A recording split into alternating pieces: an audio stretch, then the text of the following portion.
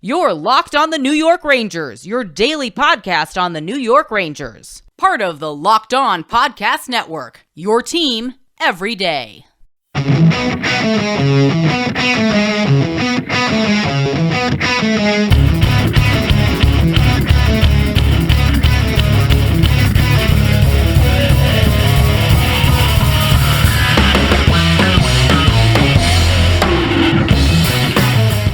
Welcome back, Blue Shirts fans, to episode number 697 of the Locked On New York Rangers podcast. I'm your host, John Chick. Just want to thank you guys, as always, for making Locked On New York Rangers your first listen every day. We are free and available on all platforms, and that song you're hearing right now is, of course, Leave the Lights On from our good friends in Passafire. You can check those guys out anywhere you get your music, and the Rangers gave us all a reason to essentially just let out a very collective sigh of relief here. They go into Dallas and get the job done, taking down the Stars by a final score of 6-3. You know, it was back to Ranger hockey, back to third period excellence, back to special teams excellence. The Rangers go 2 for 5 on the power play. They were just 1 for their last 15 coming into this game. The Stars, meanwhile, go 0 for 4 on the power play, and some good kills by the Rangers in the middle of this game. The Rangers won the physical battle as well. They out-hit the Stars. They also won on the face-off circle, and that's something that I think we're all still kind of getting used to, but it is going to be a part of this New York Ranger team this year, winning the face-off battle more often than not. I really do believe that we're on the path for that this season. For the first time in about 15 years, the Rangers will win more than half of their face-offs. But a lot to do today, a lot to talk about. Going to break down what was just an awesome third period by the New York Rangers. Also want to do a deep dive on the game-winning goal by Zac Jones. Just a brilliant play all around. A lot to really like on that play, and want to give some props to everybody that was involved in that play. And speaking of which, we also want to give some props to Julien Gauthier, who is definitely, and I know we've been down this road before with Julien Gauthier, and we've talked about this before on this podcast, but Julien Gauthier beginning to, show some flashes. I would even go so far as saying that, this might be the best two-game stretch. And again, small sample size, obviously, but this might be the best two-game stretch that we've ever seen from Julien Gauthier. He looked awesome against the Islanders. There were, plays in that game. There was one play specifically where he just went flying up the ice. Looked like he was fired out of a cannon, and that was awesome to see. Didn't score on that one, but obviously showing those flashes and, that great blend of size and speed that we all love so much. But we'll get into that in due time here.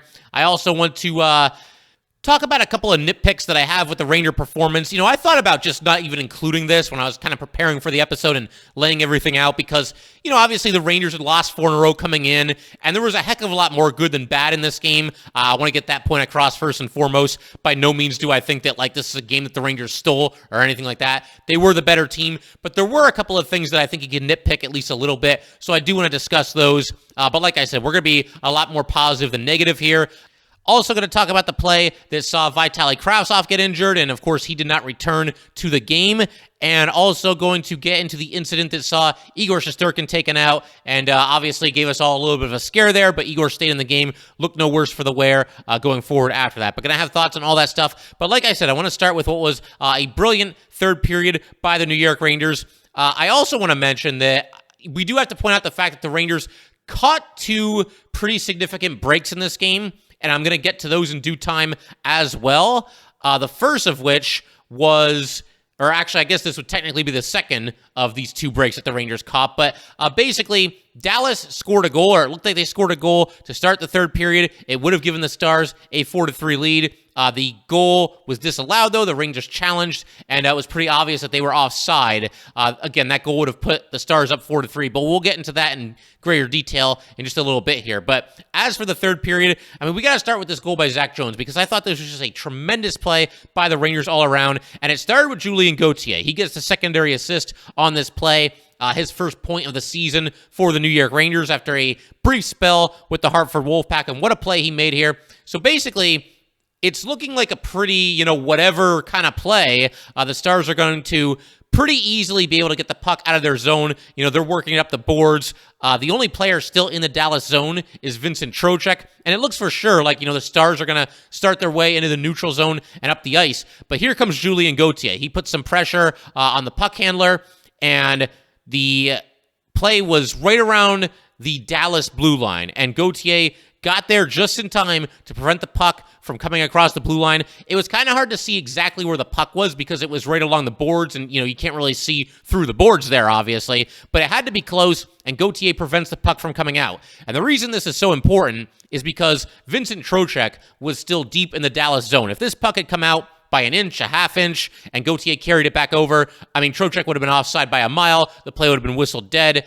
and at that point in the game, we still would have been tied at 3-3. But instead, Gauthier, like I said, pressured the puck, and he gets control of the puck, and he was outnumbered, no joke. He was outnumbered 5-1 on this play. The 5 players on the ice that were closer to Julien Gauthier than anybody else were the 5 skaters on the Dallas Stars. But Gauthier, nevertheless, fights his way through a couple of guys and moves the puck ahead to the aforementioned Vincent Trocheck, who's still deep in the Dallas zone. He's along the boards, and he's kind of like in the right face-off circle. And then Trocheck makes a very quick pass back to the center of the ice. He saw Zac Jones entering the attacking zone, and Jones picked up the pass, had some speed, and basically just let it fly from the high slot and beat Scott Wedgwood for the goal. And that's the first goal in the career of Zac Jones in the NHL, and also, as I mentioned, the first point of the season for Julien Gauthier. Vincent Trocheck now up to 4 goals and 5 assists as he continues just a torrid start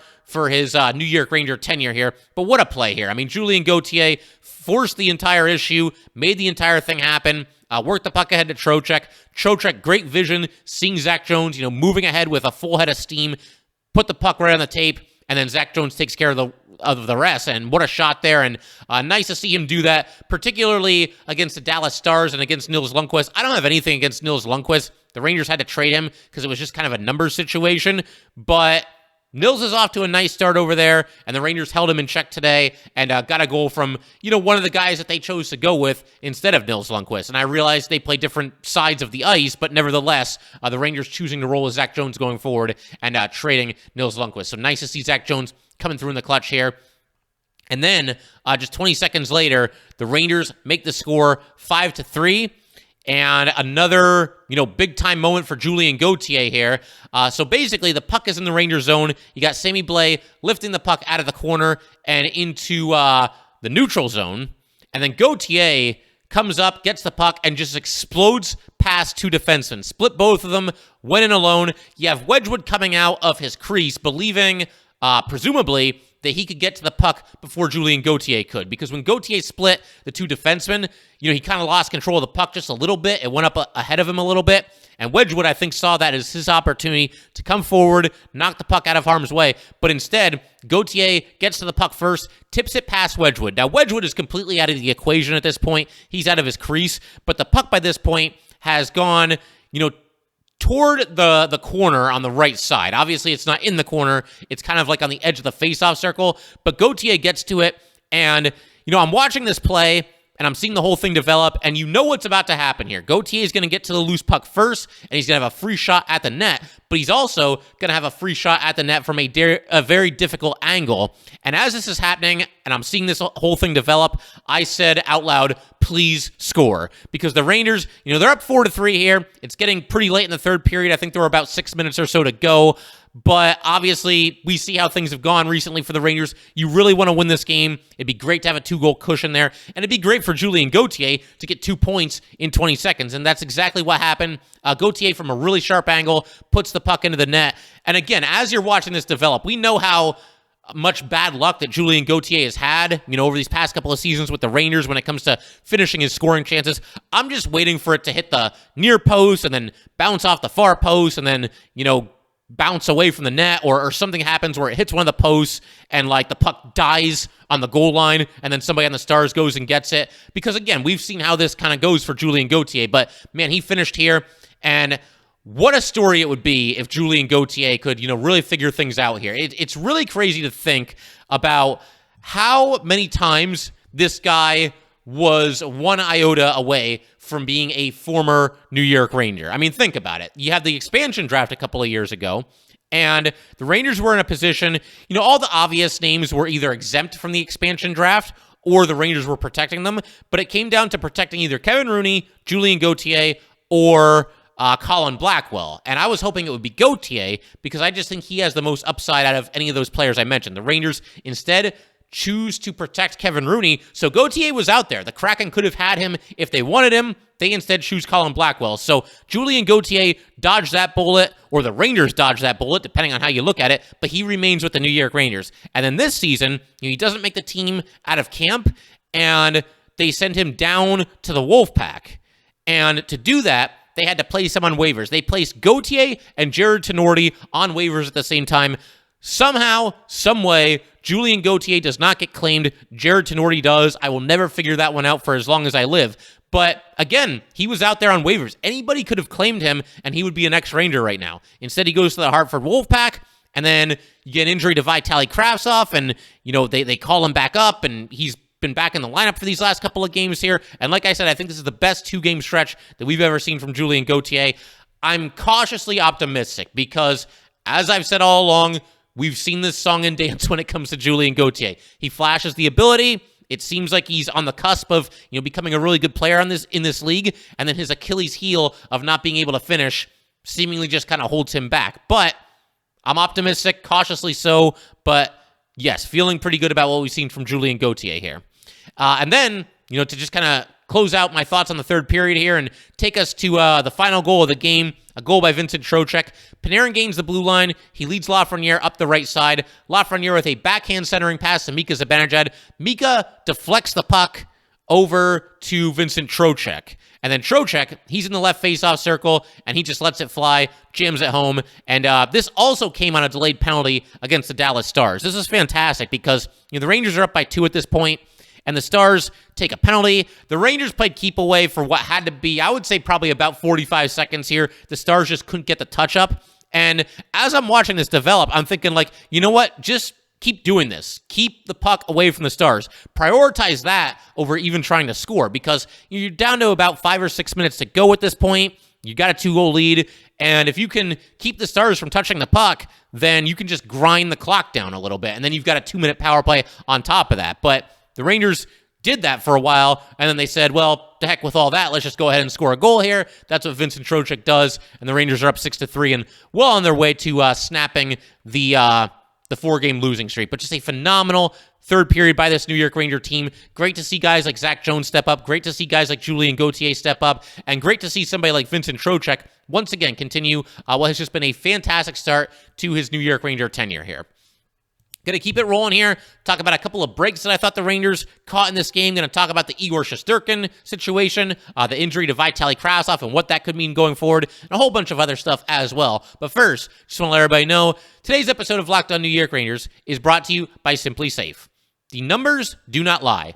In the last decade, over 4 million people have chosen Simply Safe Home Security to protect their home. You don't earn the trust of that many people without doing something right.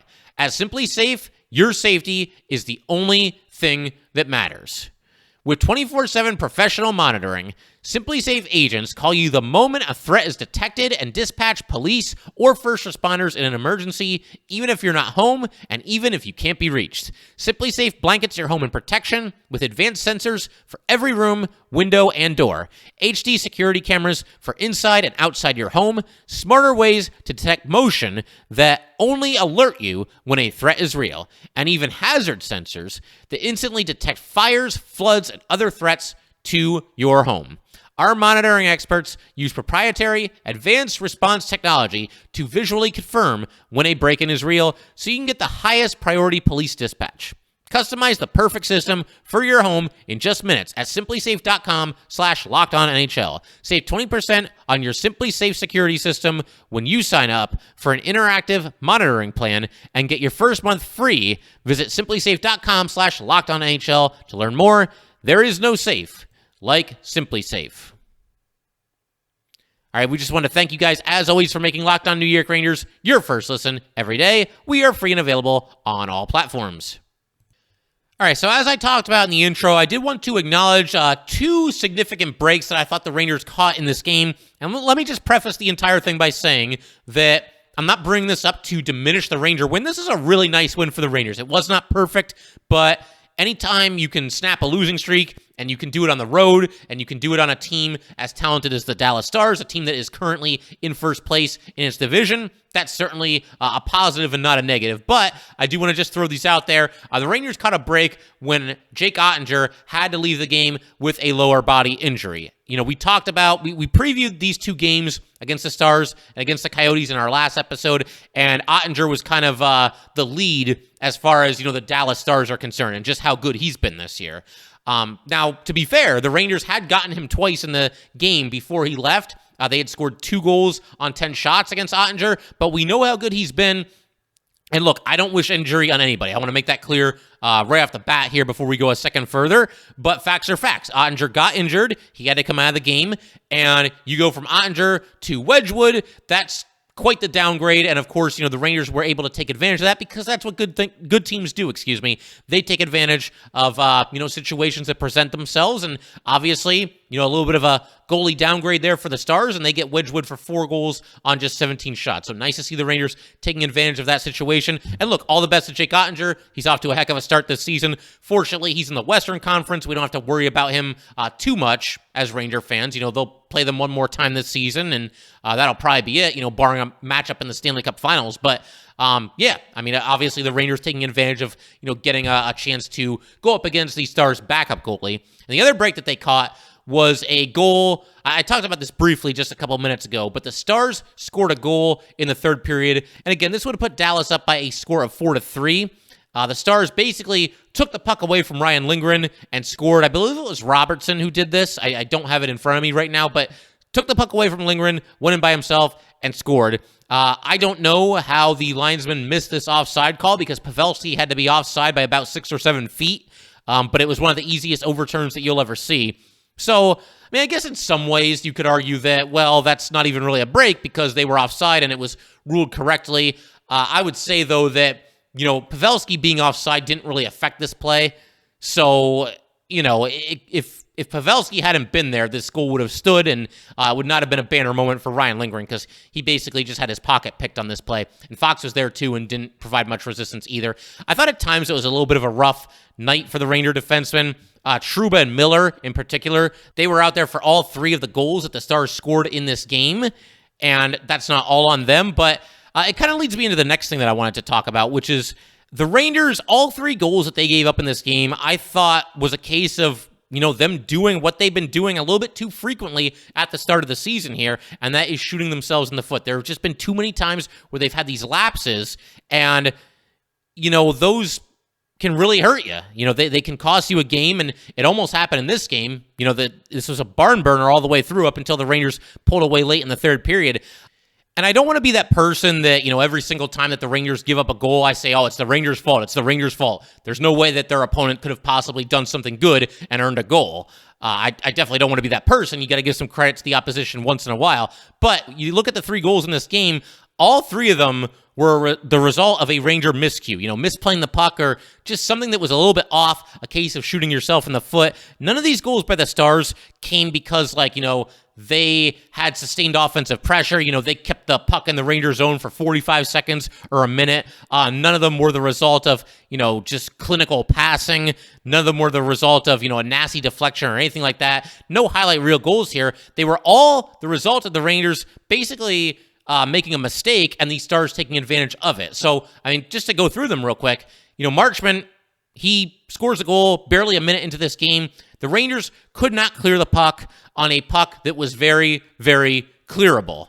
And Trocheck, he had a chance. He kicked the puck ahead, was not able to get it across the blue line. Panarin was there. He got his stick on the puck, and he's about a foot away from the blue line, but he couldn't get it out either. The Stars keep the play alive, and eventually Marchment scores. So that was a very preventable goal. And for a team in the Rangers that had lost 4 in a row coming in, you just want to start the game a little bit sharper than that. Obviously, it worked out in the end, but giving up a goal that early was not the most promising sign, and it was nice that the Rangers bounced back from that again, but not the best way to start the game, especially when you've lost 4 in a row. As far as the Stars' second goal, Jacob Trouba, he was trying to work the puck up the boards. Kravtsov was there as well. They couldn't get the puck out of the zone, and the Stars keep it in at the point. And then you've got a situation where Hintz is able to clean up a rebound. The Stars basically just threw the puck at the net from the blue line. Hintz is there. He stuffs the rebound home.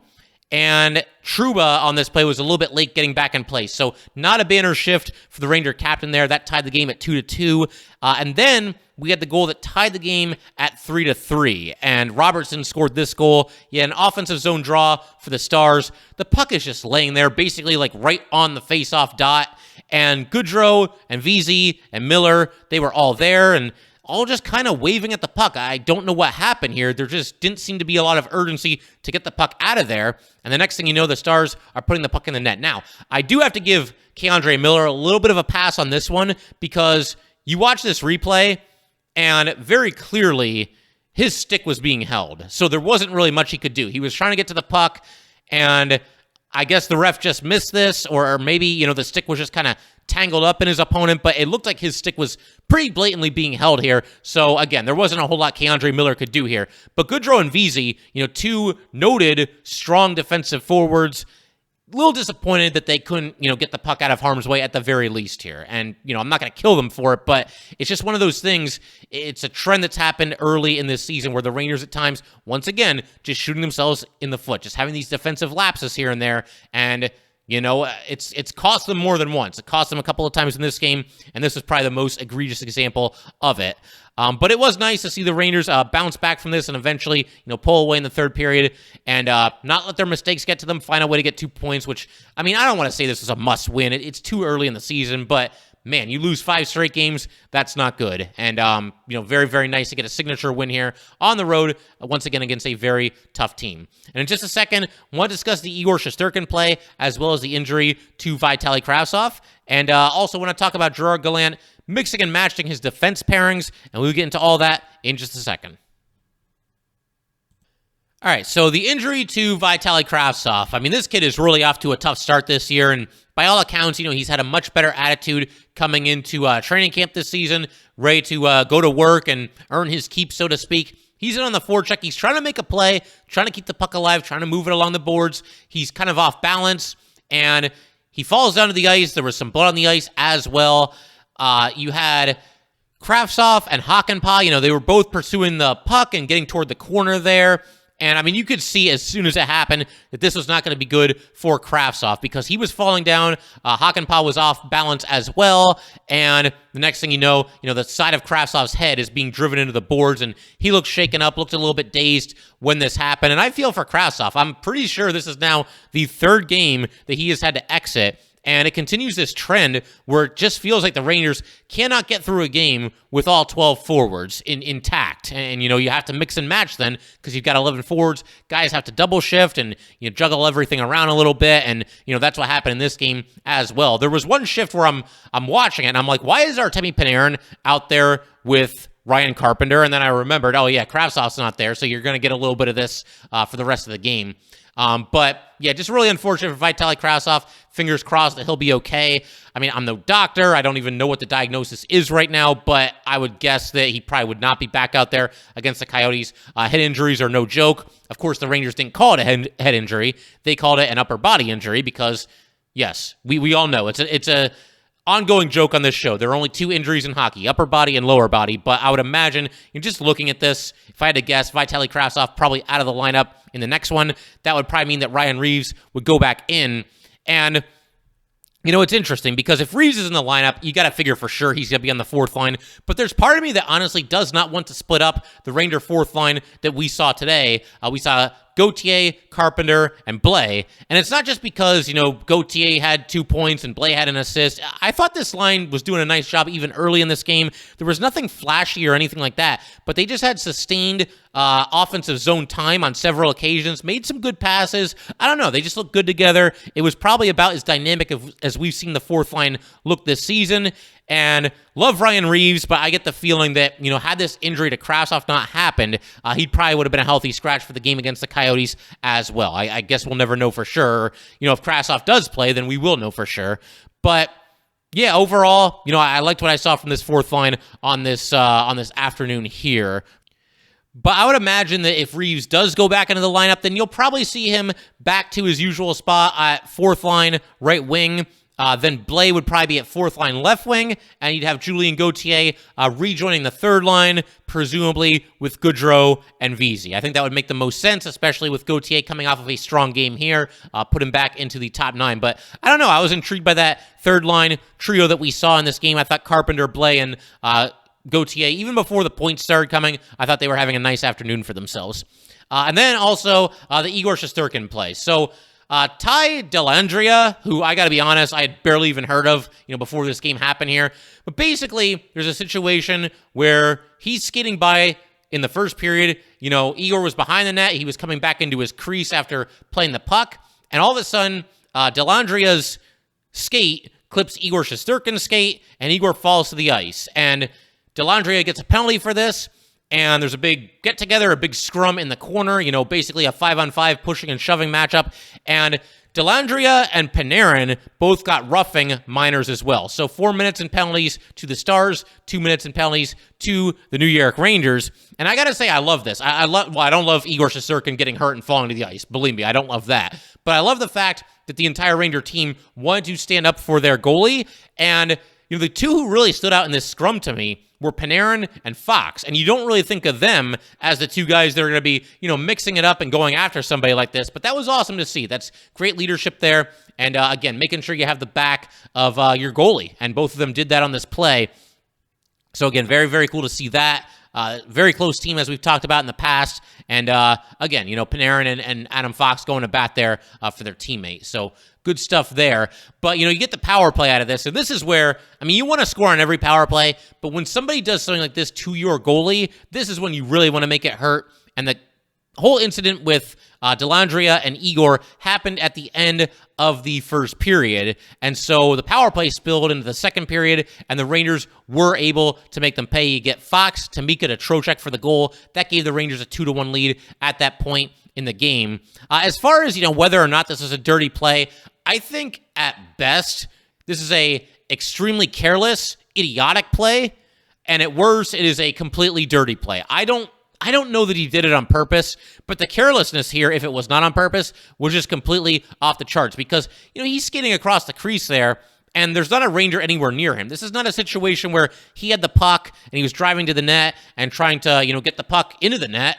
It wasn't a situation where, he was off balance or entangled with a Ranger defenseman or anything like that. He was by himself, and there was just no reason for this contact here. So he was kind of a marked man after that. And the thing that I love is that in the third period, Chris Kreider with a big hit in the Dallas zone. Shoulder to chest, open ice hit, just absolutely drilled him, knocked him to the ice, clean hit all the way, and I love seeing that from Chris Kreider there. Like I said, the Rangers had kind of a bullseye on Dellandrea after this happened. So the big thing, I'm just glad Igor Shesterkin's okay, or certainly seemed to be okay. He played the rest of the game and played pretty well. The one goal, the third goal that Dallas started, he maybe could have kept that one out, but another solid performance for Igor Shesterkin. And it was also interesting to see Gerard Gallant kind of mix and match the defense pairings because, we, as Ranger fans, tend to fixate on the forward combinations, and, we've all got our favorite, sets of trios, basically, that we would like to see the Rangers roll with for, certain games, certain situations. You almost forget that, they actually can mix and match a little bit with the defense pairings as well. And typically, you don't really think about it because, if it ain't broke, don't fix it, right? We've talked about that in the past as well on this podcast. But, you've got Fox and Lindgren. They complement each other so well. They play so well to get together. They're roommates to boot, very close off the ice as well.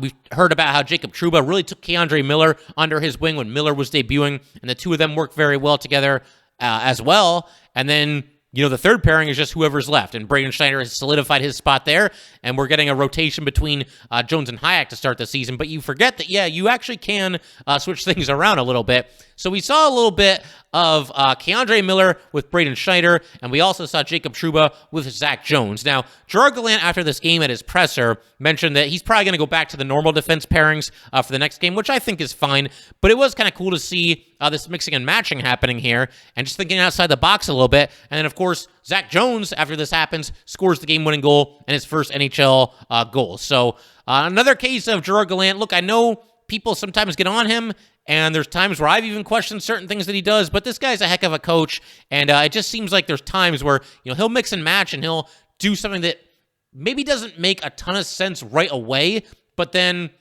it's a situation where almost everything he touches turns to gold. And I'm not going to say that, that's definitely why Zac Jones scored here, but he saw something. He saw some reason to switch things up. And after these changes were made, Dallas did not score any goals the rest of the way and didn't even really have any great scoring opportunities the rest of the way. So he saw something, he made the change, and it worked out for the Rangers. So that was awesome.